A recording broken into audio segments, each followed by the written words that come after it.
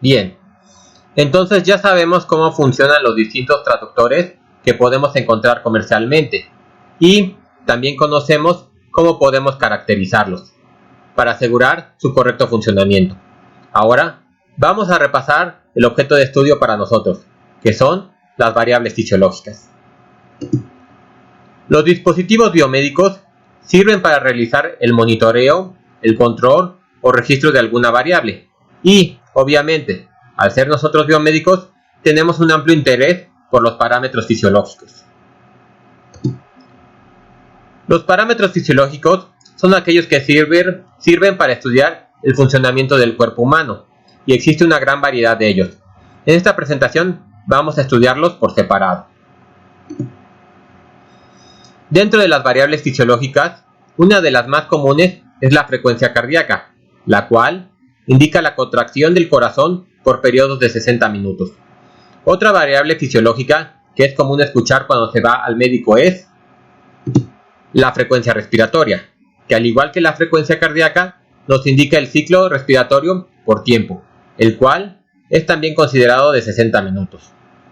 La frecuencia respiratoria es muy útil en los protocolos biomédicos, al igual que la frecuencia cardíaca, ya que puede indicar el esfuerzo del cuerpo humano ante una rutina o prueba. ¿Qué otra variable importante y común nos hace falta mencionar? Obviamente la temperatura. Esta es la tercera variable fisiológica que regularmente se mide en una cita médica. Es especialmente útil en el diagnóstico médico, ya que indica si el proceso de termorregulación del cuerpo humano está funcionando de manera correcta.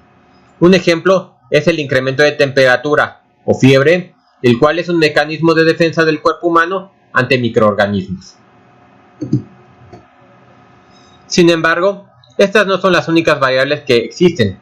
Tenemos también la presión arterial, la capacidad y volumen pulmonar, la saturación de oxígeno y otras más. Algunas variables son fáciles de registrar, pero otras son difíciles de acceder, por lo que se pueden tener mediciones no invasivas o invasivas, como por ejemplo el monitoreo hemodinámico.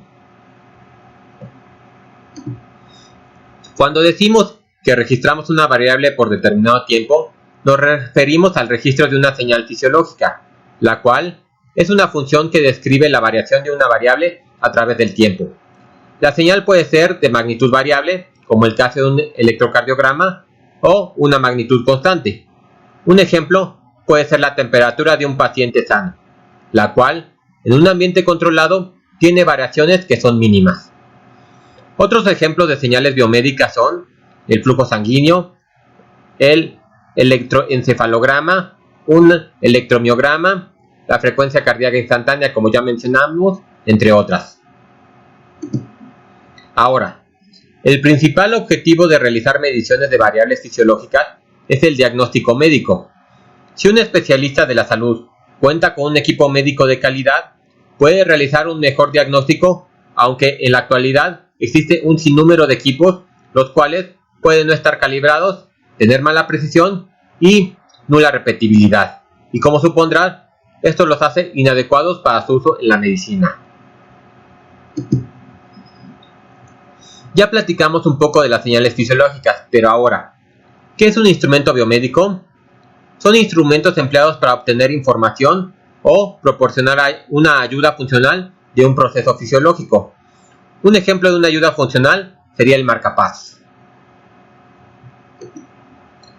Existen varias clasificaciones para los diferentes instrumentos biomédicos.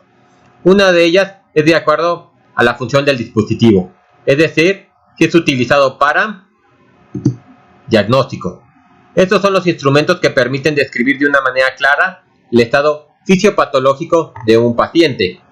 También podemos encontrar el monitoreo. Son aquellos instrumentos que estiman el estado de un sistema fisiológico. Generalmente tienen restricciones de tiempo. Y, por último, los terapéuticos. En general los podemos resumir en los electroestimuladores, que se utilizan para rehabilitación de lesiones musculares. Por otro lado, las otras clasificaciones que podemos encontrar son las siguientes.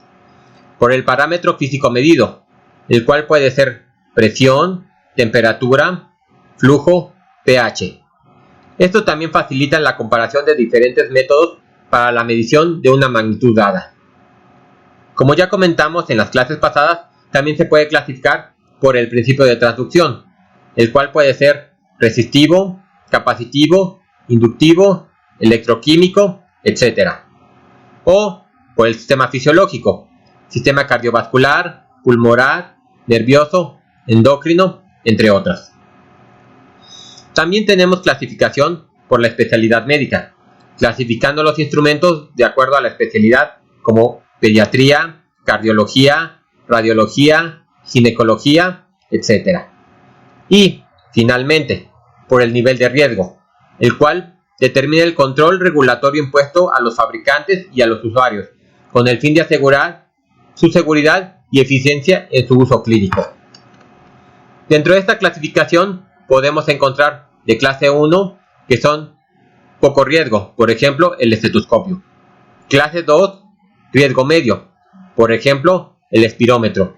Y, finalmente, clase 3, riesgo alto, por ejemplo, las válvulas cardíacas. Para comprender mejor la estructura de un instrumento biomédico, hacemos uso de diagramas de bloques, los cuales nos permiten simplificar el funcionamiento o característica de un circuito o un mecanismo. El diagrama de bloques general de un sistema biomédico se muestra a continuación. Aquí tenemos el sistema biológico que se va a estudiar o analizar. Se hace uso de una etapa de transducción, en la cual solo la hemos indicado como un transductor, pero puede ser tan complicada como se quiera. Mediante este dispositivo se captura la señal. A continuación, se tiene la etapa de acondicionamiento, en la cual se amplifica, filtra y o convierte la señal proveniente de la etapa de transducción. Por último, se tiene la etapa de visualización, la cual es el despliegue de los datos en una pantalla, un monitor o un celular, o simplemente se puede almacenar digitalmente. Es importante conocer las características de una variable física que se va a estudiar para poder seleccionar el transductor adecuado. Por ejemplo, para el registro de un electrocardiograma y para rehabilitación física se hace uso de electrodos. Si bien son similares, tienen ciertas características diferentes. Uno hace que se registre mejor un biopotencial y el otro que se aplique mejor un estímulo eléctrico. Además de esto, si se conoce a profundidad los sistemas biológicos, se puede seleccionar de mejor manera el transductor a utilizar y además podemos hacer un mejor acondicionamiento de la señal obtenida. De ahí la importancia de su estudio. A muy grandes rasgos, podemos clasificar los sistemas en cardiovascular, óseo y muscular. Cada uno de estos tienen características específicas que generan señales específicas. Estos pueden capturar de mejor forma con sensores diseñados para cada uno de estos. También tenemos los sistemas circulatorio, nervioso y respiratorio. Al igual que los anteriores, estos tienen señales específicas y se requieren sensores específicos para capturar adecuadamente. Vamos a estudiar ahora algunos ejemplos más específicos para entender de mejor forma cómo es que se capturan las señales de cada sistema. Podemos comenzar, por ejemplo, con la medición de biopotenciales eléctricos. Entonces bien, aquí terminamos esta presentación. Les dejo algunas referencias que se utilizaron en ella misma y en la siguiente clase veremos los biopotenciales eléctricos.